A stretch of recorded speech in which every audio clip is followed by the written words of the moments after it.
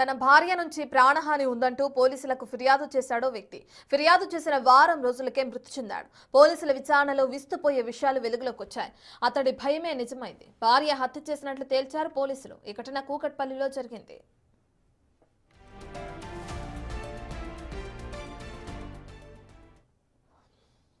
గత 24న సుధీర్ రెడ్డి అనే వ్యక్తి మృతి చెందాడు. అనుమానాస్పద మృతిగా కేసు నమోదు చేసి దర్యాప్తు చేశారు పోలీసులు.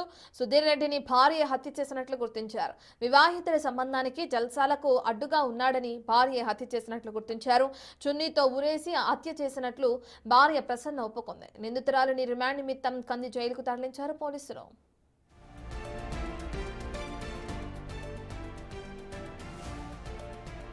పూర్తి వివరాలని మా ప్రతినిధి అనిల్ అందిస్తారు.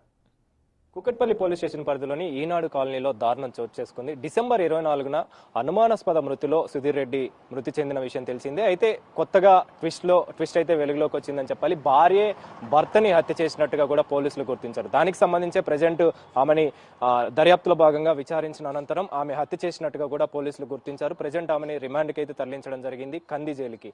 కూకట్పల్లిలోని ఈనాడు కాలనీకి సంబంధించిన ఇదే అపార్ట్మెంట్ లో వీళ్ళు నివాసం ఉంటున్నారు. సుధీర్ రెడ్డి అదేవిధంగా సునీత గత కొన్ని ఏళ్లుగా కూడా వీళ్ళు ఇక్కడే నివాసం ఉంటున్నారు. అయితే దానికి సంబంధించి వివాహేతర సంబంధం, అక్రమ సంబంధం పెట్టుకోవడం కారణంగా, అదేవిధంగా జల్సాలకి తిరుగుతున్న కారణంగానే ఈ హత్యకి పాల్పడ్డట్టుగా కూడా పోలీసులు గుర్తించారు. దానికి సంబంధించే సుధీర్ రెడ్డి, హత్యకు గురైనటువంటి సుధీర్ రెడ్డి తనతోటి గొడవ పడ్డ విషయం తెలిసిందే. దానికి సంబంధించి దానికి ముందే, అంటే హత్య జరగక ముందే పోలీసులకు కూడా ఫిర్యాదు చేసినట్టుగా కూడా తెలుస్తుంది. అయితే దానికి సంబంధించి ఆమె ముందుగానే ప్లాన్ చేసుకొని ఆ వివాహేతర సంబంధానికి సంబంధించి కావచ్చు, జల్సాలకు సంబంధించి కావచ్చు, అడ్డుగా వస్తున్నాడని చెప్పేసి ముందుగానే ప్లాన్ చేసుకున్న తర్వాత ఆయనని అత్యంత దారుణంగా చున్నీతోటి హత్య చేసినట్టుగా, చున్నీతోటి మెడకి బిగించి ఆ తర్వాత హత్య చేసినట్టుగా కూడా అధికారులు గుర్తించారు పోలీసులు. దానికి సంబంధించి ముఖ్యంగా ఈ గత నెల 24న ఎప్పుడైతే హత్య జరిగిందో, హత్య జరిగినప్పుడు భార్య చెప్పినట్టుగా దానికి సంబంధించి హత్యకు సంబంధించి కావచ్చు, మృతి చెందాడని చెప్పేసి